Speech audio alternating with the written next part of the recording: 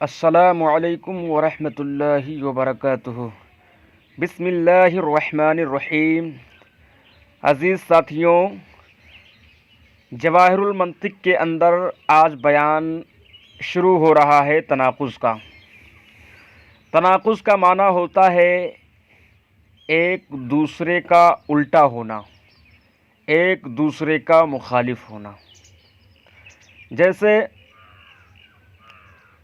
دن رات کا مخالف، رات دن کی مخالف ہے، آگ پانی کی مخالف اور پانی آگ کا مخالف ہے۔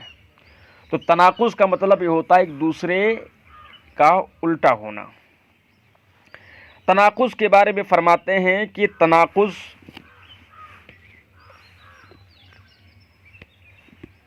تناقض دو قضیوں کا ایجاب و سلب میں اس طرح مختلف ہونا، دو قضیوں کا ایجاب و سلب میں اس طرح مختلف ہونا کہ ہر ایک کا صدق دوسرے کے کذب کو اور ہر ایک کا کذب دوسرے کے صدق کو چاہے۔ یعنی اگر پہلی قضیہ موجبہ ہو تو دوسری سالبہ ہو، پہلی قضیہ سالبہ ہو تو دوسری موجبہ ہو۔ اگر پہلی قضیہ کلیہ ہو تو دوسری جزیہ ہو، اور اگر پہلی جزیہ ہو تو دوسری کلیہ ہو۔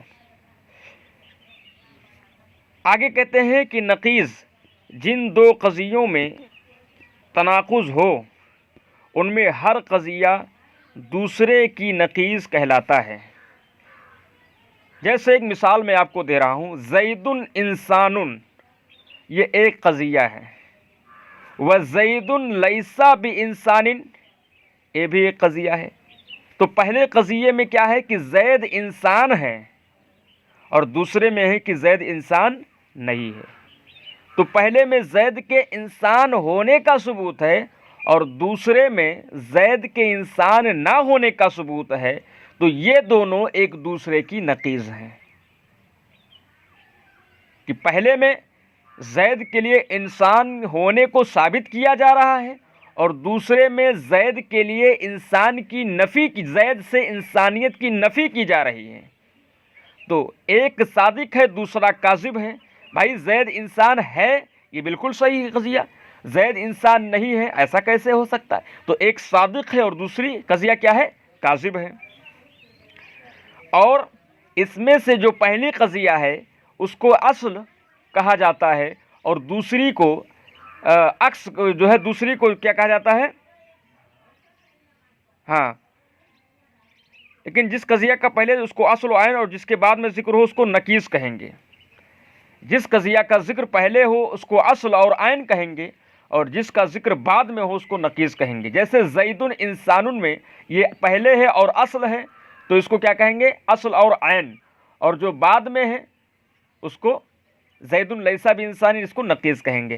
فرماتے ہیں نقیض جن دو قضیوں میں تناقض ہو ان میں ہر قضیہ دوسرے کی نقیض کہلاتا ہے، لیکن جس قضیہ کا ذکر پہلے ہوگا اس کو اصل و عین، اور جس کا ذکر بعد میں ہوگا اس کو نقیض کہیں گے۔ جیسے زید انسان و زید لیس بانسان میں تناقض ہے، ان میں پہلے قضیہ کو اصل اور دوسرے کو نقیض کہیں گے۔ آگے کہتے ہیں قضایا محصورہ میں تناقض کے لیے دو قضیوں کا کلیت و جزیت میں مختلف ہونا بھی ضروری ہے۔ قضایا محصورہ آپ نے پڑھی تھی کہ قضایا محصورہ کی 4 قسمیں ہیں۔ نمبر 1 موجبہ کلیہ، نمبر 2 موجبہ جزیہ، نمبر 3 سالبہ کلیہ، نمبر 4 سالبہ جزیہ۔ انہوں نے کہا قضایا محصورہ میں تناقض کے لیے دو قضیوں کا کلیت و جزیت میں مختلف ہونا بھی ضروری ہے۔ کیا مطلب؟ یعنی کہ اگر آپ کی پہلی قضیہ موجبہ ہو تو اب جو اس کی نقیض ہوگی، موجبہ کی نقیض موجبہ نہیں ہوگی، موجبہ کی نقیض سالبہ ہوگی۔ جیسے مثبت کی نقیض مثبت نہیں ہوگی، مثبت کا الٹا مثبت نہیں ہوگا، بلکہ مثبت کا الٹا نفی ہے۔ اسی طریقے سے موجبہ کی نقیض موجبہ نہیں ہوگی، بلکہ موجبہ کی نقیض سالبہ ہوگی۔ اسی طریقے سے سالبہ کی نقیض موجبہ ہوگی۔ تو کلیت و جزئیت کا مطلب یہی ہوتا ہے کہ ہاں یہ تو کیفیت ہو گیا، اور یعنی کہ اسی طریقے سے کیفیت میں بھی کیا ہوگا، مختلف، کلیت و جزئیت میں مختلف ہوگا، یہ تو کیفیت میں بتا دیا۔ کلیت و جزئیت کا مطلب یہ ہوتا ہے کہ اگر پہلی قضیہ کلیہ ہے تو دوسری قضیہ جزیہ ہوگی، یعنی اگر اصل اور عین یہ کلی ہے تو نقیض جو ہے یہ جزئی ہوگی، ٹھیک ہے۔ اگر ادھر موجبہ تو ادھر سالبہ، اگر ادھر کلیہ تو ادھر جزیہ، یہ نہیں کہ ادھر بھی جزیہ اور ادھر بھی جزیہ، ادھر بھی کلیہ ادھر بھی کلیہ، تو ان کو دونوں کے درمیان میں نقیض نہیں ہوں گے۔ وہ کہہ رہے قضایا معصورہ میں تناقض کے لیے دو قضیوں کا کلیت اور جزیت میں مختلف ہونا بھی ضروری ہے۔ اگر ایک قضیہ کلیہ ہے تو دوسرا جزیہ ہو، جیسے کل نفس ذائقۃ الموت، ہر نفس کو موت کا مزہ چکھنا ہے، تو یہ موجبہ کلیہ ہے، یہ موجبہ ہے اور کلیہ بھی ہے، ٹھیک ہے۔ اب اس کی جو نقیض آئے گی وہ موجبہ نہیں آئے گی، موجبہ کی نقیض سالبہ آئے گی، اور یہ چونکہ یہ کلیہ ہے تو اس کی نقیض کلیہ نہیں آئے گی بلکہ جزیہ آئے گی۔ تو موجبہ کی نقیض سالبہ اور کلیہ کی نقیض جزیہ، پتہ چلا کہ موجبہ کلیہ کی نقیض کیا آتی ہے، سالبہ جزیہ آتی ہے۔ تو یہ دیکھیے کریں، وہ بعض النفس لیست بذائقۃ الموت، اور بعض نفس کو موت کا مزہ نہیں چکھنا ہے۔ بتائیے یہ نقیض ہے کہ نہیں ہے، یہ کذب ہے کہ نہیں ہے؟ پہلی قضیہ صادق ہے اور دوسری قضیہ کاذب ہے۔ کون سے ایسے نفس ہے جس کو موت کا مزہ چکھنا نہیں؟ ہر نفس کو موت کا مزہ چکھنا ہے۔ تو پتہ چلا کہ پہلی قضیہ کلیہ ہے اور دوسری جزیہ ہے، پہلی قضیہ موجبہ ہے اور یہ دوسری سالبہ ہے۔ وہ بعض النفس لیست بذائقۃ الموت میں پہلا قضیہ موجبہ کلیہ اور دوسرا سالبہ جزیہ ہے۔ فرماتے ہیں کہ واضح ہو کہ دو قضیوں کے درمیان تناقض پائے جانے کے لیے 8 وحدتیں شرط ہیں، 8 وحدتیں شرط ہیں، یعنی 8 چیزوں کی وحدت ہوگی، یعنی یہ 8 چیزیں اگر پائی جائیں گی تو ایسی دو قضیوں کے درمیان میں نقیض ہوگی، اگر یہ 8 چیزیں نہیں پائی جائیں گی تو پھر ان کے درمیان میں نقیض نہیں ہوں گی۔ نمبر 1، وحدت موضوع۔ وحدت موضوع کا مطلب یہ ہوا دوستوں کہ اگر موجبہ کا جو موضوع موجبہ کا ہو وہی موضوع سالبہ میں بھی ہو، جو موضوع کلیہ میں ہو وہی موضوع جزئیہ میں ہو، موضوع چینج نہ ہونے پائیں۔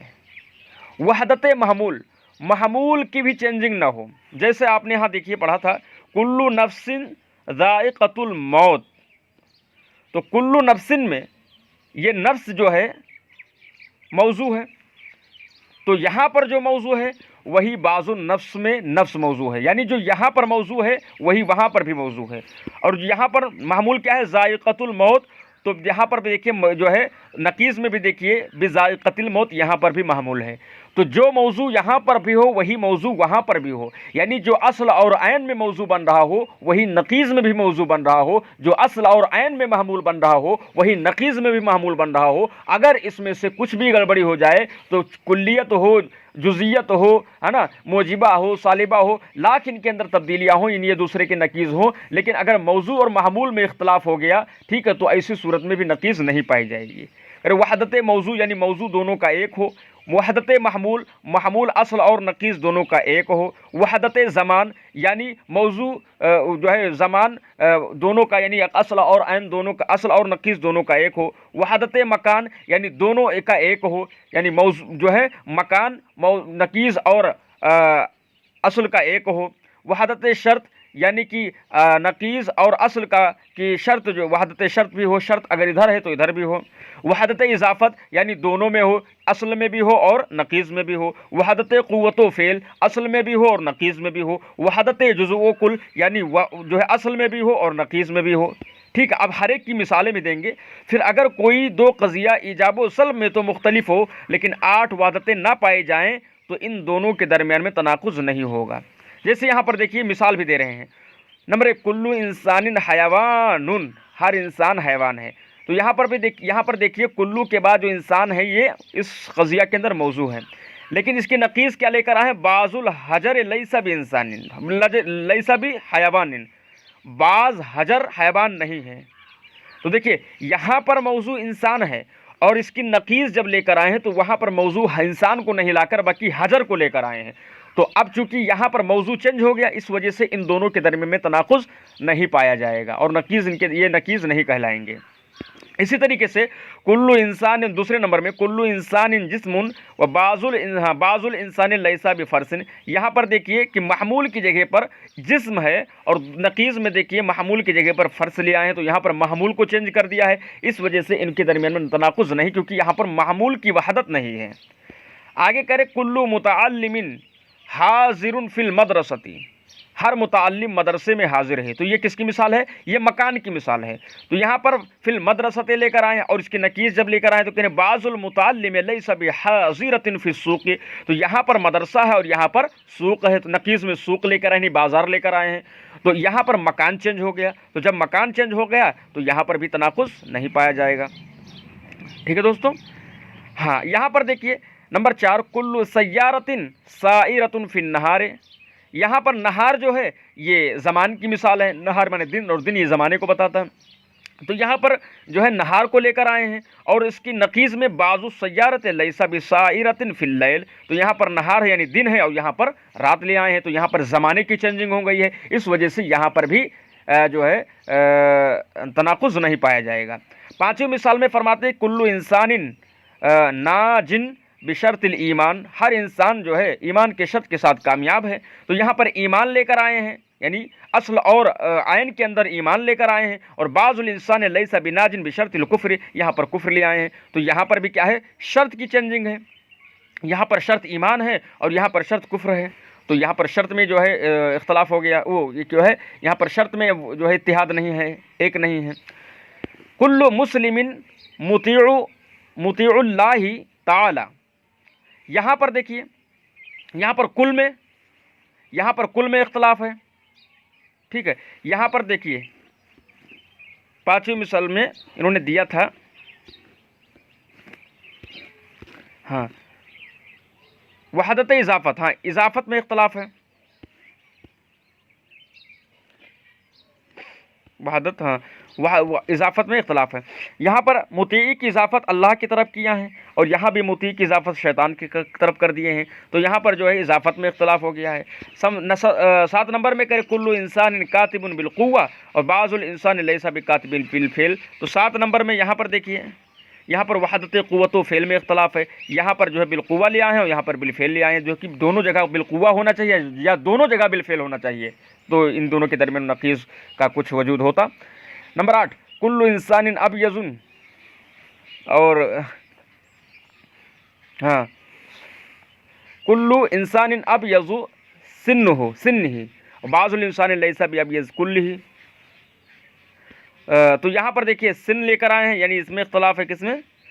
وحدت جزء و کل میں، یعنی ہر انسان کہ اس کا دانت سفید ہے، اور یہاں پر کرے بعض انسان ایسا ہے کہ اس کا کل سفید نہیں ہے، تو اب یہاں پر سن لے کر آئے ہیں خالی دانت کی سفیدی کو بتا رہے ہیں، اور یہاں پر بتا رہے ہیں کہ یہاں پر کل لے کر آئے ہیں، تو جزء و کل میں بھی اختلاف ہو گیا۔ بہرحال جزء و کل ہو اور جو قوت و فعل ہو ہے نا، اضافت ہو اور شرط ہو ہے نا، وحدت ہو، وہ جو ہے موضوع ہو محمول، ان سب کا اتحاد ہونا ضروری ہے، یعنی جو نقیض میں ہو، جو اصل میں ہو وہی نقیض میں ہو، تو اس کے اندر جو ہے تناقض پایا جائے گا، اور اگر اس کے اندر ایسی باتیں نہیں پائی جاتی ہیں تو پھر اس کے اندر تناقض نہیں پایا جائے گا۔ ویڈیو لمبی ہو رہی ہے لیکن یہ بیان ختم ہونے والا ہے، اس وجہ سے میں اس کو آگے بھی ذکر کر رہا ہوں۔